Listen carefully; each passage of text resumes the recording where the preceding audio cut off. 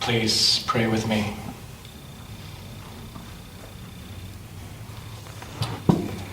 May these words I speak be grounded in my soul, encouraged by the God presence in me. And may these words that you hear be captured by your soul, enlivened by the God presence in you. Amen.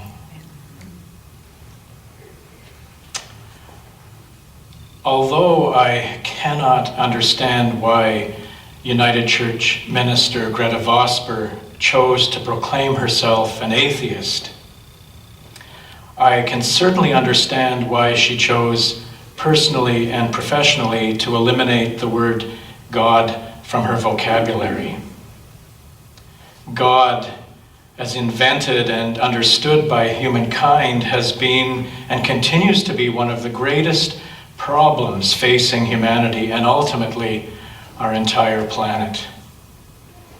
I personally find it astounding and perplexing that we continue to hold to an archaic and even dangerous understanding of God, given all that history has shown us about the violent effects of this God, as well as what we now know about the universe of which we are a part.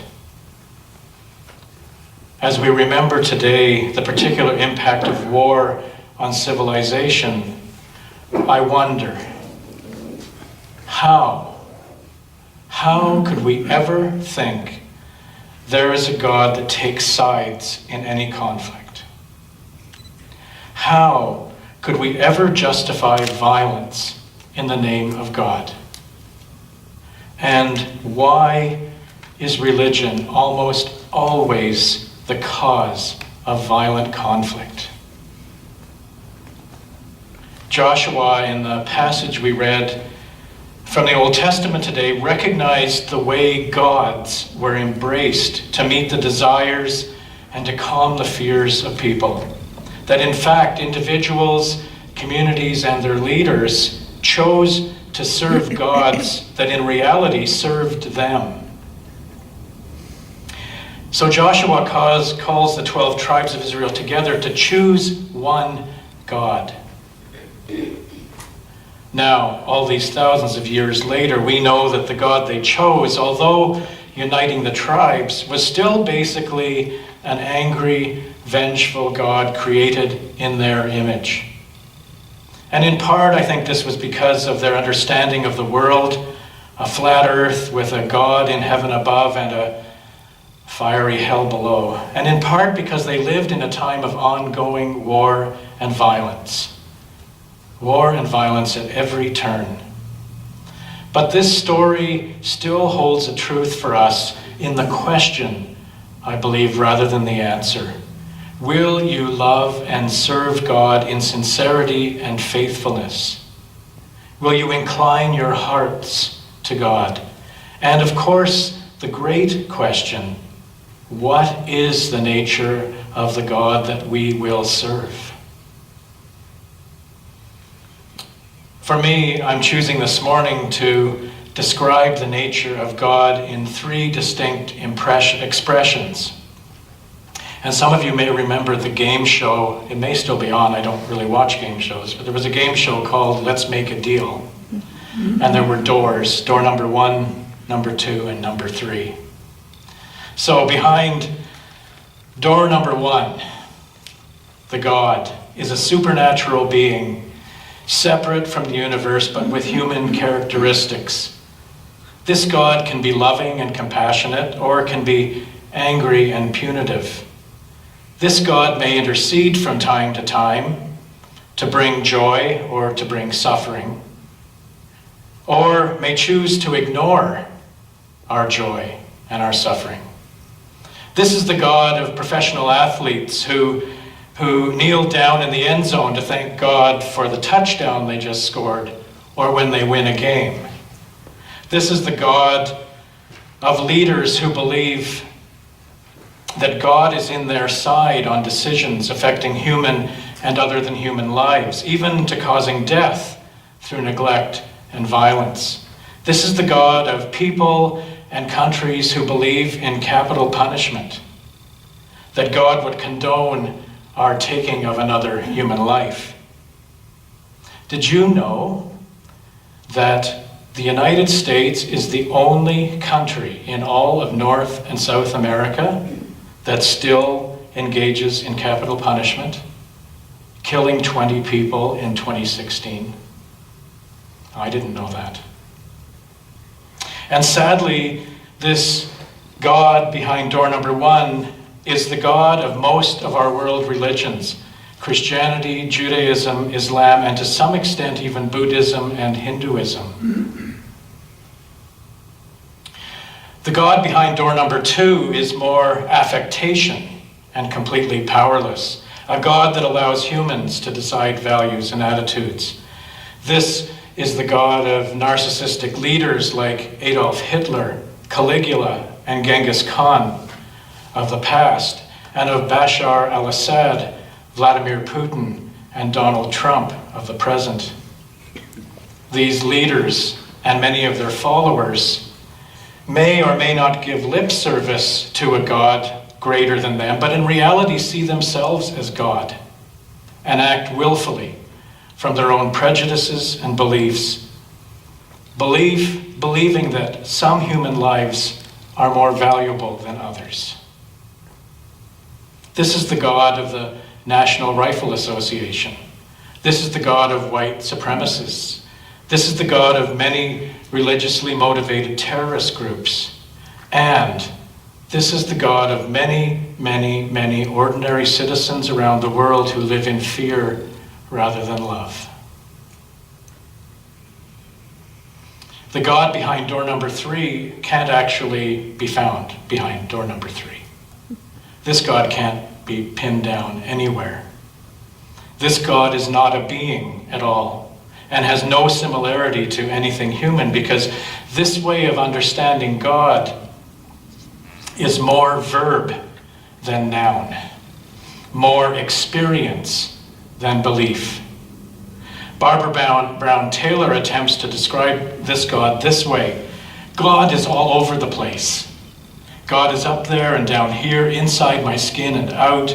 God is the web, the energy, the space, the light, not captured in them, but revealed in that singular, vast net of relationship that animates everything that is. She says, it is not enough for me to proclaim that God is responsible for all this unity. Instead, I want to proclaim that God is the unity, the very energy, the very intelligence, the very elegance and passion that make it all go. Cynthia Bourgeault adds, our visible created universe is not simply an object created by a wholly other God in order to manifest God's love, but the created universe is that love itself, the very heart of God. This way of understanding God is where I find myself. And this way of understanding God requires embracing a paradigm shift of epic proportions. It challenges us to abandon completely the supernatural being God of our religions. It requires us to see and experience the Spirit of God in everything and everyone, everywhere, all the time. It is, I believe, how Jesus understood the nature of God and changed how he lived in the world completely. He lived by fully loving all, no exceptions, and saw that as the expression of God. Unfortunately, Christianity as a religion soon, very soon, abandoned the way of Jesus in favor of door number 1, in favor of a God as a supernatural being separate from the world. Humanity has now evolved to the point where we recognize consciously the Spirit.